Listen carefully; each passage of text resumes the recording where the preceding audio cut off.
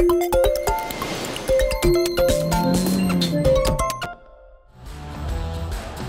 and gentlemen, please welcome Ryanair's Kenny Jacobs in discussion with Skift X's Greg Oates.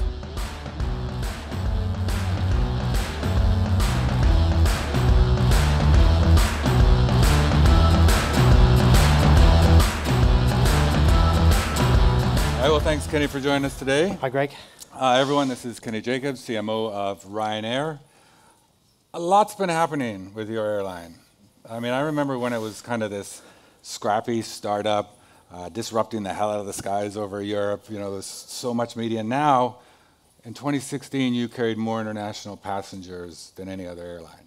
You're bigger than BA now, you know. So just what has that done in terms of how you think about the brand and how your strategy moving forward, and are you repositioning brand? What does that mean for the business? Yeah, we're big. So we'll carry 138 million people in this coming year. So we're big. Even Ryanair in the UK, if it was its own airline, would be bigger than BA.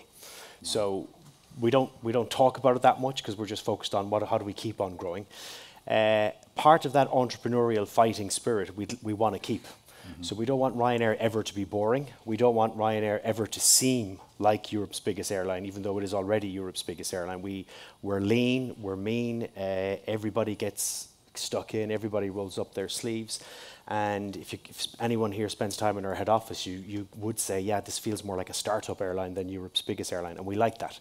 That's really part of the spirit that drives the inside of the business. It's a very entrepreneurial place. And I've hired people from travel startups who've come into Ryanair and said, wow, I didn't think it would be like this, and it is. So we like that, we want to keep that, and I think it keeps us hungry, it keeps us humble most of the time, and it's something that we'd like to keep going, because we think a lot of airlines are quite boring, and we don't want to be boring. Who's steering that internally? Because it kind of reminds me of what you just said, how we feel at Skift. I mean, it's only been 6 years now, but still maintain that startup culture internally. How do you maintain that and drive it and move it forward?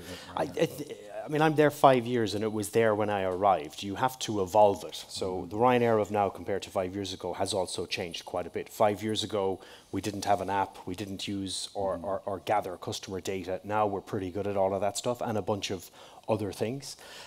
So I think there's a baby in the bathwater culturally. A lot of that is driven by the CEO. A lot of that is driven by the way that the type of business the board want it to be. And I think we've done a very good balance of, we've probably changed more than any airline in the world over the past 5 years. Yet people who knew us 10 years ago would say, yeah, but you're still kind of the bad boys enough. Now we toned it down a little bit, but we don't ever want to be boring. But look, the biggest thing is just about embracing more of that digital opportunity that existed 5 years ago that we'd mostly missed. Okay. I think now we've more than caught up, and we're kind of getting ahead on that. Okay, we're going to get to digital in just a sec, but Brexit, obviously, and there's so much talk about that. But now in April 2018, where are we in terms of how that's impacting you and your competitors? So we're 2 years after that monumental decision by the UK citizens to say we want to leave Europe. 2 years later, technically, we're no closer as an airline to say how is our industry going to work, right? Really? Because the industry works today by Open Skies. Open Skies governs every EU country flying to the United States in a homogenous, regulated way. The UK is going to leave, and the UK will be outside of Europe. So there needs to be a new solution to Open Skies, which maintains the status quo on how you fly in between here in Berlin or anywhere in Europe and the UK. That doesn't exist yet. What exists is an agreement which is yet to be signed called the transition deal between Brussels and London. It looks like, and we hope that gets signed in April.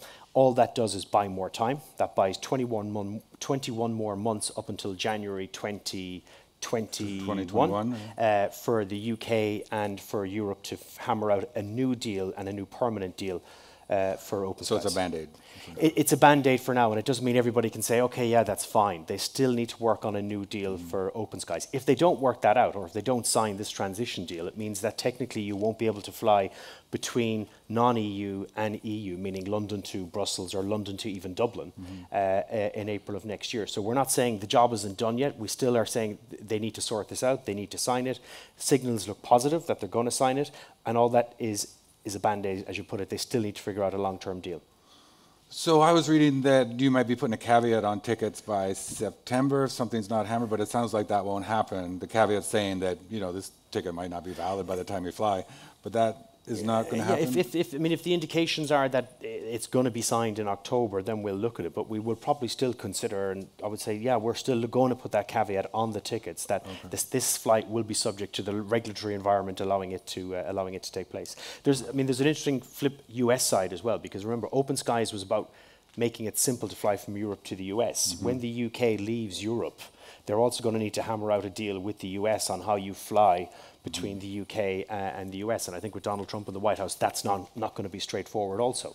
So they've got they've got a dual problem on both sides that they need to figure out. But look, what we want to happen is that nothing changes. Right. The UK is the European leader when it comes to low-cost airlines. 60% of the flights in and out of the UK are on a low-cost airline. They're the market leader in terms of innovation. Germany, it's only 20%. So the UK is the best example of opening up the aviation market in favor of the consumer, bringing more choice, bringing lower fares. We want the rest of Europe to be more like the UK when it comes to how they deregulate aviation. Okay, but at the same time, you've got to make long-term plans now. Yeah.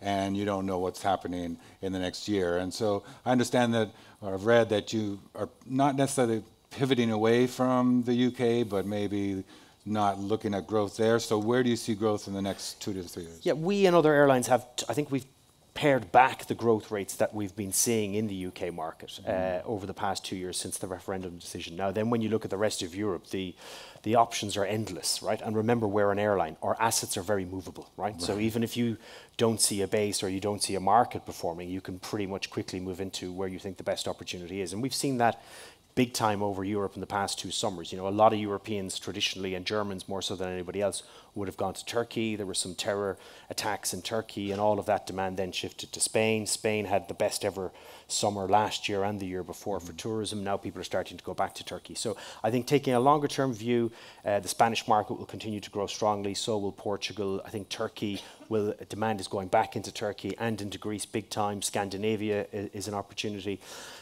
And then the other one I would mention is places like Israel. You know, Europeans don't want to go to Egypt the way they used to go to Egypt in the winter for summer sunshine. A lot of that demand is now going to places like Eilat, even into Tel Aviv, and you know that has become a more peaceful part of the world, which is a great thing. So you see demand shifting in there. We're now flying to 2 bases in Israel, and we think that can become an interesting market. But look, we'll follow the customer. You can really see where people want to go. Whether they're Condé Nast reading upmarket people or whether they're people who get to go their 1 week of the sunshine to Spain once a year. So speaking about customer centricity, following where the customer, answering customer demand, you've done a lot in digital. You did a story with our aviation editor, Brian Summers, who's based in LA. He's on the TV every week for his expert opinion, so definitely look to him if you follow aviation. But you told him that your website used to look like Hooters' website. You know, not too exciting. No, very excited. But, now you have the most viewed airline website globally and the most viewed European-wide, and you didn't even have an app, you know, a few years ago. So what's driven that? I think what's driven it is, look, we have something unique. Kind of like Amazon have the widest choice for general merchandise in the world. We've got flights for $9.99, okay? And 94% of the bookings that happen, 94% of the flight bookings are made on the Ryanair platform. So we've done a pretty good job of protecting our product, right? Other airlines have about 50% of their product sales come from GDS, come from travel agents, come from outside of their own platform. But everybody's coming in our front door, so 94% of the people who fly with us buy the product in our shop. That's a big, big asset. And we've got something unique, which is flights from $9.99. And if you've got that, people will basically come to you direct. So that's what's driving 2.5, 3 million web visits a day.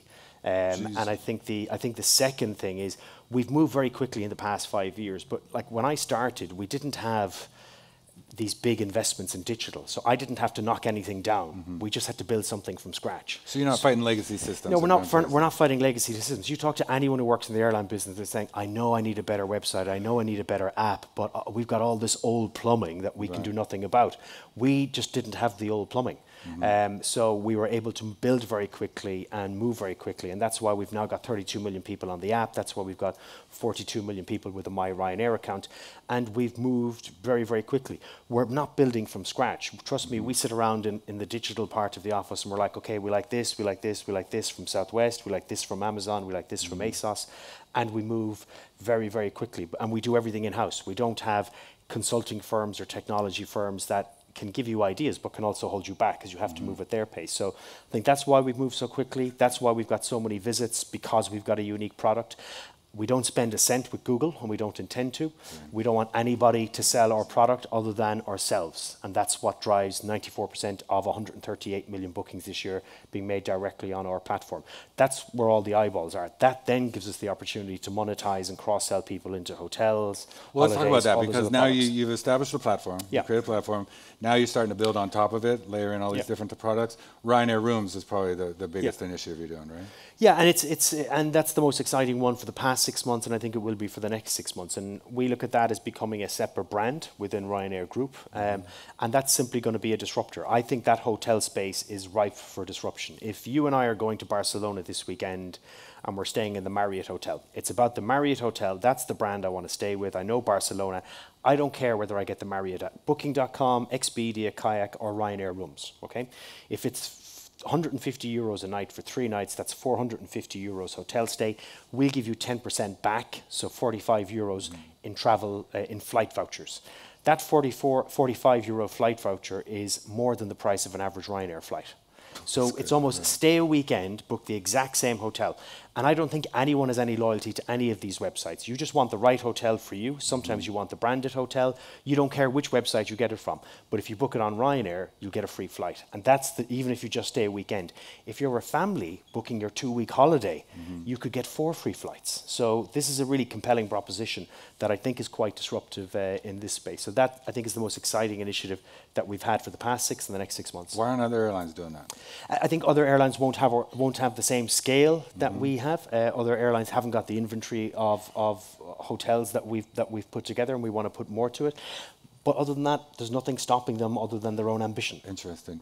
Another one's try something new. Can you talk about that? Yeah, try something new. I'm a great believer in travel content. I think this is one of the industries that is, people are still fascinated by the weather, they're fascinated by food, and they're fascinated by travel. We all talk about travel, and we like to talk to other people about travel. I will go back and say, oh, this is what I did in Berlin, this is what I'm doing next weekend in Barcelona. So I think we're just tapping into the human nature that people love to talk about their travels. But explain what it is exactly. What it is going to be, we're taking all the travel destination content that we had on our blog, which was called Into the Blue. We've now ported that onto the Ryanair website. So if you're a mum and a dad browsing flights to the summer to typical Spanish resorts and you've got 2 young kids traveling with you, we'll show you what are the top picks for young families. We will then say, here's a review of Alicante, here's a review of Malaga, here's user-generated content. So we've created content ourselves. We haven't bought any content. I've got a team of about 5 travel writers that are putting videos and content guides together. We all now have a team of guest writers who are putting that together. And ultimately, we want to incentivize our customers to do really good reviews of destinations for particular customer segments, and if those reviews get used by other customers to make a purchasing decision of, okay, I'm going to go to Malaga over Alicante, then we'll reward those customers in some way. I think there's a really good opportunity in the market, because I don't think TripAdvisor content is today what it used to be when it started. I think there's loads of high-end Condé Nast type travel content if you're kind of well-heeled people who want to go to the Maldives. But for everyday Europeans who maybe go on 1 or 2 trips a year, I think there's a big opportunity in the market. We're the most everyday European airline brand. We are like Aldi or Lidl when it comes to travel. So we're just going to say, here is what Europeans like, and here's the advice that they like when they're picking their holidays.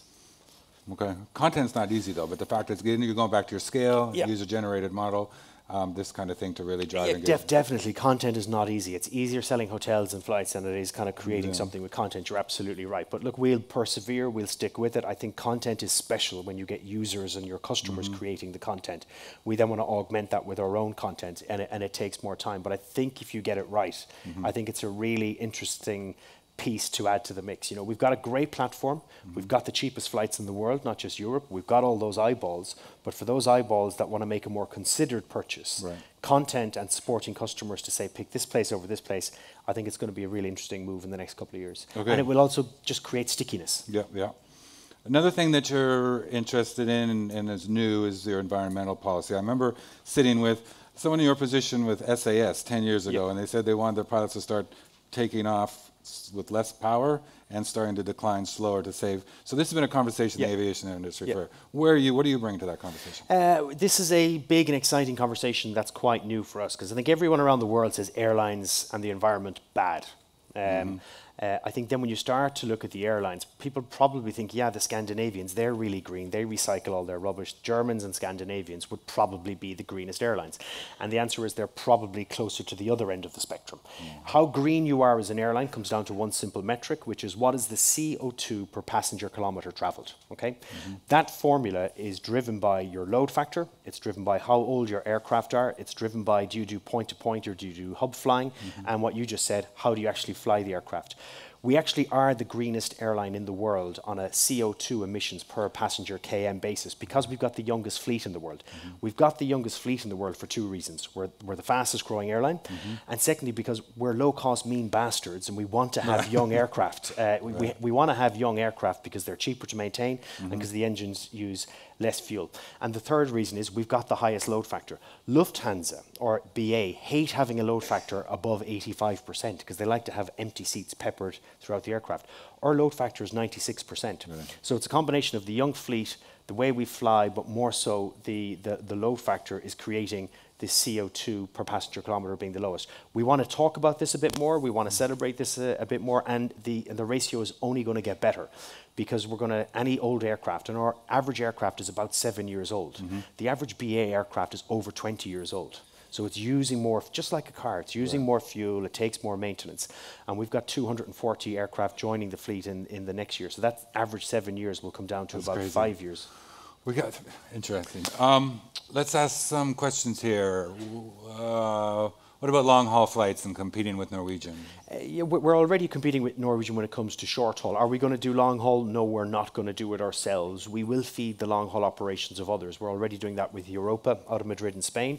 And we would be disappointed if you're not able to come onto the Ryanair website and book Naples to JFK on the Ryanair website. You'll go Naples to Dublin with Ryanair, and you'll go Dublin to JFK with Aer Lingus. So we're quite close to getting there with Aer Lingus on that low cost to legacy carrier transatlantic option, and we're open to doing that with all of the big legacy carriers here in Europe, but we won't do long haul ourselves.